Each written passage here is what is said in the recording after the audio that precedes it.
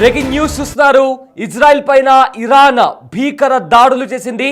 Just నా ఒక 5 నిమిషాల ముందర ఇజ్రాయెల్కి సంబంధించిన ఒక సెన్సిటివ్ ఏరియాలో ఇరాన్ మిసైల్స్తో విరుచుకుపడింది.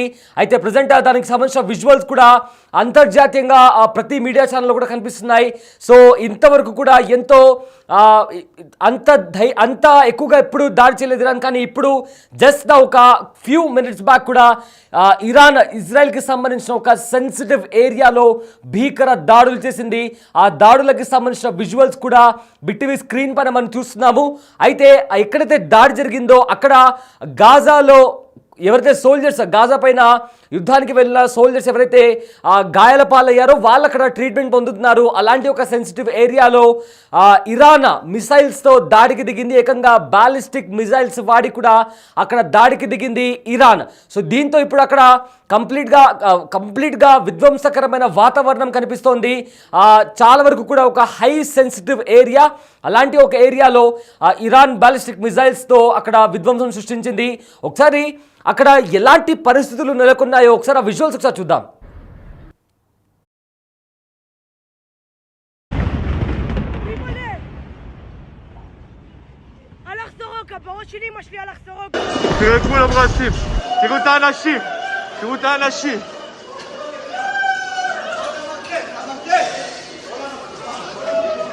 תראו, פה נפל הטיל. עליי טיל. ביבלה! הלך סורוקה, בראש של אמא שלי הלך סורוקה. תראה את גבול הברזים, תראו את האנשים, תראו את האנשים. תראו את האנשים.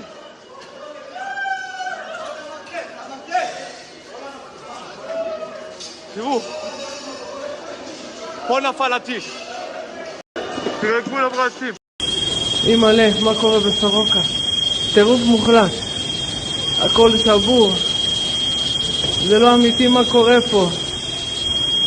הכל שבור. כל סורוקה. כל המיון. תראה את גבול הברזים. תראו את האנשים. תראו את האנשים.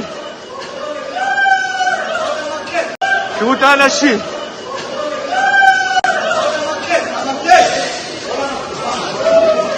תראו.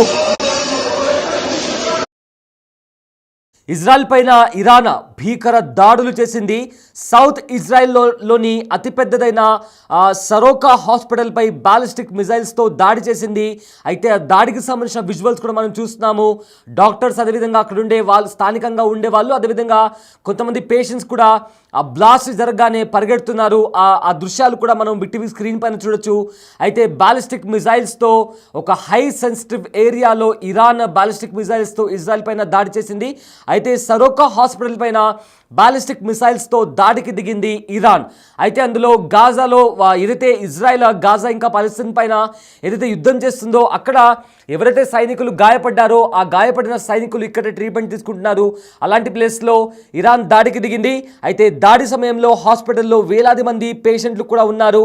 అయితే దాడికి ముందు ఇరాన్ ఆల్రెడీ హెచ్చరించింది. ఆ ప్రాంతంలో ఉన్న ప్రజలంతా కూడా ఆ ప్రాంతాన్ని ఖాళీ చేసి వెళ్ళిపోవాలని కూడా హెచ్చరించింది. అయితే హెచ్చరించిన కొద్దిసేపటికి తర్వాత ఆ ప్రదేశంలో దాడి చేసింది. అయితే హాస్పిటల్లో గాజాతో యుద్ధంలో గాయపడ్డ సైనికులు కూడా అక్కడే ఉన్నారు. అయితే మిసైళ్ల ధాటికి ఆ హాస్పిటల్ భవనం అంతా కూడా కుప్పకూలింది. దీంతో మృతుల సంఖ్య వేలల్లో ఉండే అవకాశం కనిపిస్తుంది. అయితే వెంటనే అక్కడ రెస్క్యూ ఆపరేషన్ కూడా చేపట్టింది ఇజ్రాయెల్. అయితే ఇప్పటికే ఒక 30కి పైగా జనాలకు అక్కడ క్యాజువాలిటీస్ అంటే గాయపడినట్లు కూడా తెలుస్తుంది. సో అతిపెద్ద ఒక డెడ్ మిసైల్ స్ట్రైక్ జరిగింది. ఆ దృశ్యాలు కూడా ఆ కెమెరాలో క్యాప్చర్ చేస్తున్నారు. ఎస్, అక్కడ పేషెంట్స్ కూడా ఎలా పరిగెడుతున్నారు కూడా మనకు చాలా స్పష్టంగా కనిపిస్తోంది. అండ్ ఏదైతే భవనం ఉందో ఆ బాలిస్టిక్ మిసైల్స్తో దాడి చేయగానే ఆ భవనం అంతా కూడా ఒక్కసారిగా కుప్పకూలింది. దానికి సంబంధించిన విజువల్స్ కూడా మనం చూస్తున్నాము. వెంటనే భయంతో అక్కడ చుట్టుపక్కల ఇతర హాస్పిటల్స్లోని ప్రజలు కూడా భయాందోళనకు గురై అక్కడి నుంచి పరిగెడుతున్నారు. జస్ట్ ఫ్యూ మినిట్స్ బ్యాకే ఈ అటాక్ జరిగింది. అయితే బాలిస్టిక్ మిసైల్స్తో అటాక్ చేసింది. ఆ బాలిస్టిక్ మిసైల్ కాస్త సొరోకా హాస్పిటల్ సొరోకా హాస్పిటల్ పైన జరిగింది. దీంతో అక్కడ ప్రజెంట్ గందరగోళ వాతావరణం కూడా నెలకొంది. ఇప్పటికే మిలిటరీ ఆపరేషన్ని కూడా స్టార్ట్ చేసింది ఇజ్రాయెల్. అక్కడ రెస్క్యూ ఆపరేషన్ని కూడా స్టార్ట్ చేస్తుంది. అయితే కొద్ది నిమిషాల ముందు కూడా టెల్ అవీవ్ ప్రాంతం మీద ఖచ్చితంగా దాడి చేస్తామంటూ కూడా ఇప్పటికే ఇజ్రాయిల్లో ఉన్న టెల్ అవీవ్ అయితే రాజధాని ఉందో అక్కడ దాడి చేస్తామంటూ కూడా ఇరాన్ చెప్తూ వస్తుంది. అయితే అక్కడ ఉండే ప్రజలు కూడా అక్కడ నుంచి వెంటనే ఖాళీ చేసి వెళ్ళిపోవాలి అని చెప్తున్న నేపథ్యంలో ఇరాన్ బ్యాలిస్టిక్ మిసైల్స్తో అక్కడ దాడులకు దిగింది. అయితే ప్రజెంట్ అక్కడ సిచ్యువేషన్ చాలా క్రిటికల్గా కనిపిస్తుంది. అక్కడ ఉండే పేషెంట్స్ని కూడా సురక్షితమైన ప్రాంతాలకు తీసుకెళ్లేందుకు కూడా ప్లాన్ చేస్తున్నారు. అదేవిధంగా రెస్క్యూ ఆపరేషన్ కూడా స్టార్ట్ అయింది. అయితే మరోవైపు కూడా న్యూక్లియర్ వెపన్స్ ఎక్కడైతే న్యూక్లియర్ స్టేషన్ ఉందో ఇరాన్లో ఉన్న న్యూక్లియర్ స్టేషన్ వాటిపైన దాడి చేయడానికి కూడా ఇజ్రాయెల్ సిద్ధంగా ఉన్నట్టు కూడా ఇప్పటికే ఇజ్రాయెల్ ఒక సిగ్నల్ కూడా ఇచ్చింది. అయితే ఈ ఇజ్రాయెల్ దాడి చేస్తుంది అని వస్తున్న ఒక ఇన్ఫర్మేషన్లో వెంటనే ఇరాన్ కూడా టెల్ అవీవ్లోని ఉన్న కొన్ని ప్రధానమైన ప్రాంతాలు సెన్సిటివ్ ఏరియాస్ ఏవైతే ఉన్నాయో సొరోకా హాస్పిటల్ పైన కూడా ఇరాన్ దాడి చేసింది. ఇరాన్కి సంబంధించిన బ్యాలిస్టిక్ మిసైల్స్ ఇజ్రాయెల్ పైన విరుచుకుపడ్డాయి. దీంతో అక్కడ ఎత్తైన భవనాలన్నీ కూడా ధ్వంసమయ్యాయి. అయితే అక్కడ చాలామంది పేషెంట్స్ ఉన్నారు. అదేవిధంగా ఇజ్రాయెల్కి చెందిన సోల్జర్స్ ఎవరైతే గాజా పైన యుద్ధానికి వెళ్ళి అక్కడ గాయపడ్డారో ఆ సోల్జర్స్ కూడా అక్కడే, ఆర్మీ వాళ్ళు కూడా అక్కడే ట్రీట్మెంట్ తీసుకుంటున్నారు. సో ఆ విజువల్స్ కూడా ఒకసారి మనం చూద్దాం.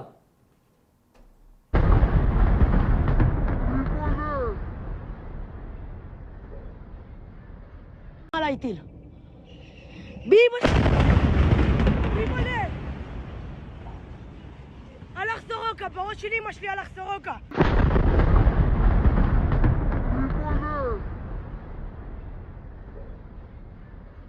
על איטיל. ביבולה!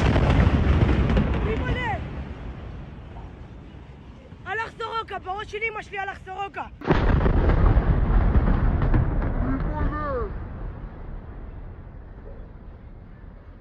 על איטיל.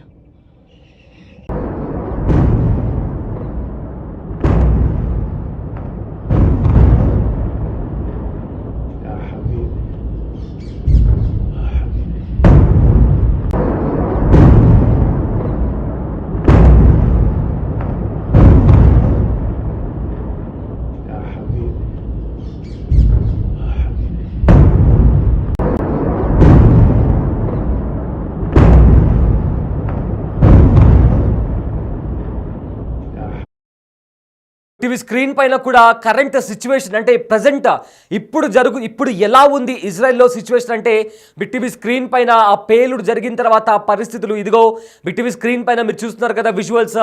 ఎగ్జాక్ట్గా ఇప్పుడు ఇరాన్ ఇజ్రాయెల్ పైన దాడి చేసిన తర్వాత ఎక్స్క్లూజివ్గా ఇప్పుడు ప్రజెంట్ అక్కడ నెలకొన్న పరిస్థితి. అయితే బ్యాలిస్టిక్ మిసైల్స్ ఇరాన్కి సంబంధించిన బ్యాలిస్టిక్ మిసైల్స్ ఇజ్రాయెల్ పైన దాడి చేసిన తర్వాత అక్కడ చాలా పెద్ద మొత్తంలో కూడా ఆ మిసైల్స్ విధ్వంసాన్ని సృష్టించాయి. ఆ తర్వాత అక్కడ ఎత్తైన భవనాలు కూడా నేలకూలాయి. చాలామంది పేషెంట్స్ కూడా చనిపోయినట్టు తెలుస్తుంది. అయితే ఇదే అంశానికి సంబంధించిన పూర్తి డీటెయిల్స్ మా కలీగ్ రామ్ అందిస్తారు. ఎస్ రామ్, ఇది 6వ రోజు ఇరాన్ ఇంకా ఇజ్రాయెల్ యుద్ధం చేపట్టి కూడా 6 రోజులు అవుతుంది. అయితే ఇప్పుడు ఇరాన్ ఇవాళ భీకర దాడి చేసింది, ఏకంగా బ్యాలిస్టిక్ మిసైల్స్ ప్రయోగించింది. దీంతో అక్కడ హాస్పిటల్ కూడా ధ్వంసమైనట్టు తెలుస్తుంది. ఏంటి అక్కడ ప్రజెంట్ సిచ్యువేషన్ ఏంటి? దీని తర్వాత ఇజ్రాయెల్ ఏ రకమైన దాడులు చేపడుతుంది? రామ్, ఇది 7వ రోజు వాస్తవానికి ఇరాన్ కంప్లీట్ గా ప్రతీకార దాడికి దిగుతుంది. సదరన్ ఇజ్రాయెల్ పై దాడి చేసింది. అలాగే సెంట్రల్ ఇజ్రాయెల్ పై కూడా భారీ మిసైల్స్ తో విరుచుకుపడుతున్న పరిస్థితి కనబడుతుంది. ఒక స్కూల్ ను కూడా హిట్ చేసింది సెంట్రల్ ఇజ్రాయెల్ లో. అండ్ ప్రధానంగా ఇవాళ చెప్పుకోదగ్గ దాడి ఏంటంటే బాలిస్టిక్ మిసైల్ తో లాంచ్ చేసింది. సరోకా హాస్పిటల్ పూర్తిగా ధ్వంసం చేసిన పరిస్థితి. ఇది సదరన్ ఇజ్రాయెల్ బీర్షేబా ప్రాంతంలో ఉంటుంది. ఇక్కడ అత్యంత ప్రతిష్టాత్మకమైనటువంటి ఈ సరోకా హాస్పిటల్ కి దాడి చేయడంతో ఒకసారిగా దాదాపు డజన్ల సంఖ్యలో క్యాజువాలిటీస్ రిపోర్ట్ అయ్యాయి. చాలా మంది చనిపోయినట్టుగా కూడా తెలుస్తుంది. ఇంకా ఎంతమంది చనిపోయారు అనేది పూర్తి స్థాయిలో నిర్ధారణ కావాల్సిన పరిస్థితి. ఇందులో గాజాతో పోరాటం చేసినటువంటి ఇజ్రాయలీ సైనికులు కూడా ప్రస్తుతం అందులో చికిత్స పొందుతున్న పరిస్థితి కనబడుతుంది. సో ఇట్స్ టెరిఫిక్ వార్ అని చెప్పొచ్చు. వాస్తవానికి చాలా భీకర దాడులు కొనసాగుతున్నాయి. ఇరువైపుల నుంచి కూడా పరస్పరం దాడులు కొనసాగుతున్న పరిస్థితి కనబడుతుంది. Iran hits back. చాలా దాడులు చేస్తుంది, భారీ మిసైల్స్ తో విరుచుకుపడుతున్న పరిస్థితి కనబడుతోంది.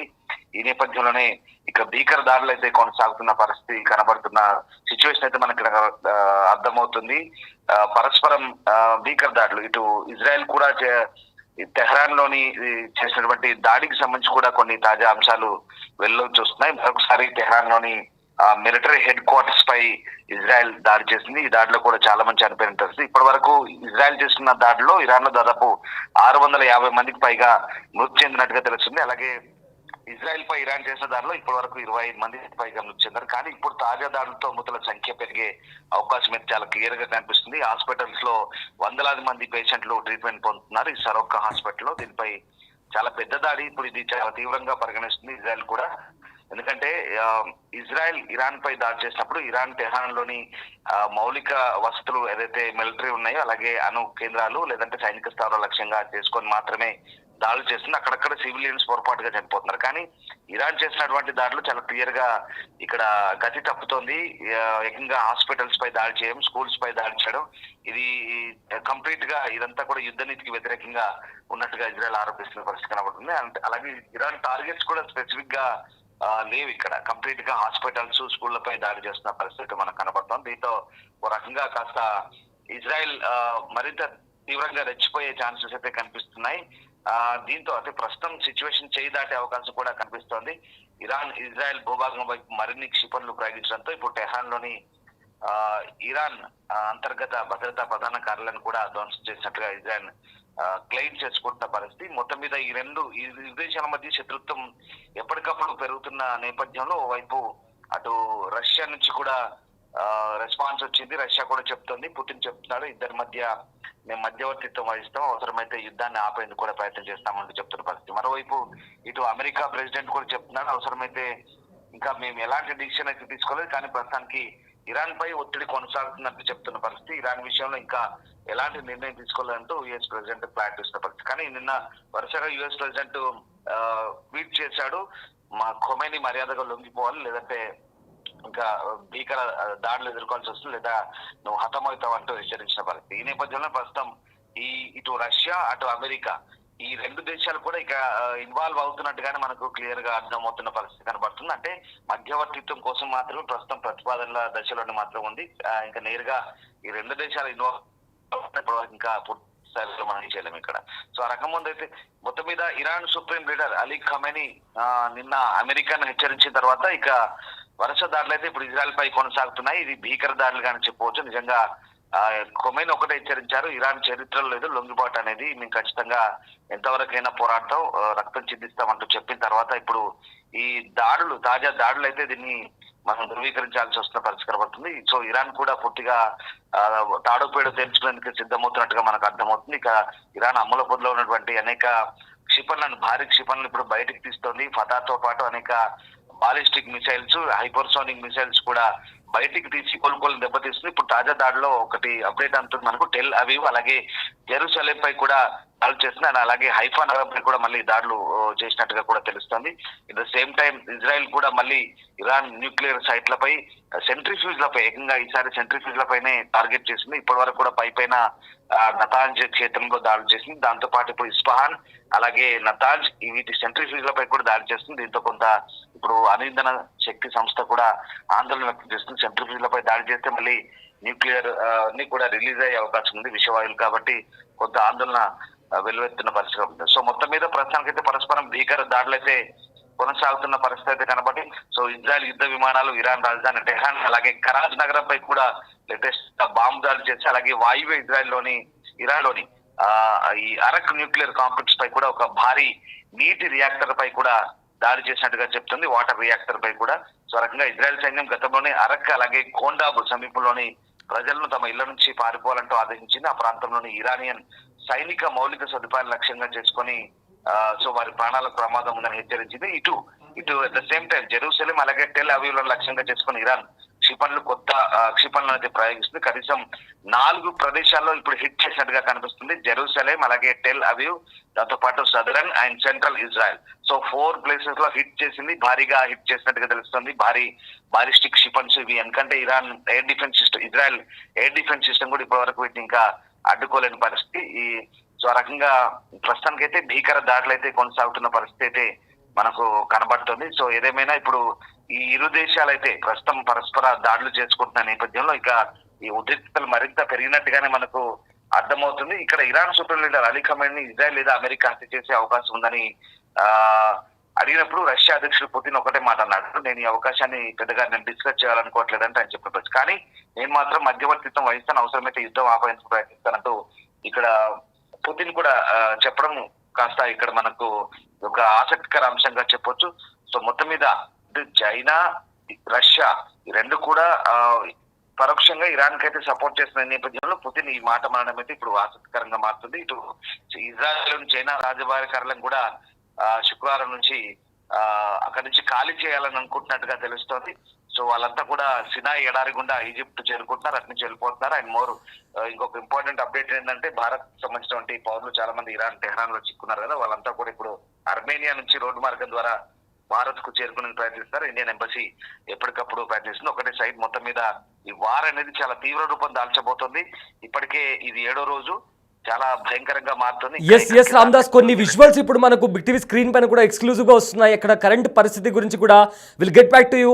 ఎస్, అక్కడ బిగ్ టీవీ స్క్రీన్ పైన కూడా ఆ దాడికి సంబంధించిన విజువల్స్ ఇప్పుడు ప్రజెంట్ అక్కడ దాడి ఎలా జరుగుతుంది, ఒకసారి ఆ మిసైల్స్ ని కూడా చూస్తే ఏ రకంగా కంప్లీట్గా కూడా బాలిస్టిక్ మిసైల్స్ ఎలా ఆకాశంలో కూడా ఒకసారి చూడండి. అక్కడ ఒక్కసారిగా ఆకాశం అంతా కూడా బాలిస్టిక్ మిసైల్స్ ఎలా గాల్లో ఒక్కసారిగా ఎగిరి ఎలాంటి విధ్వంసాన్ని సృష్టిస్తున్నాయో కూడా మనకు అక్కడ చాలా స్పష్టంగా కనిపిస్తుంది.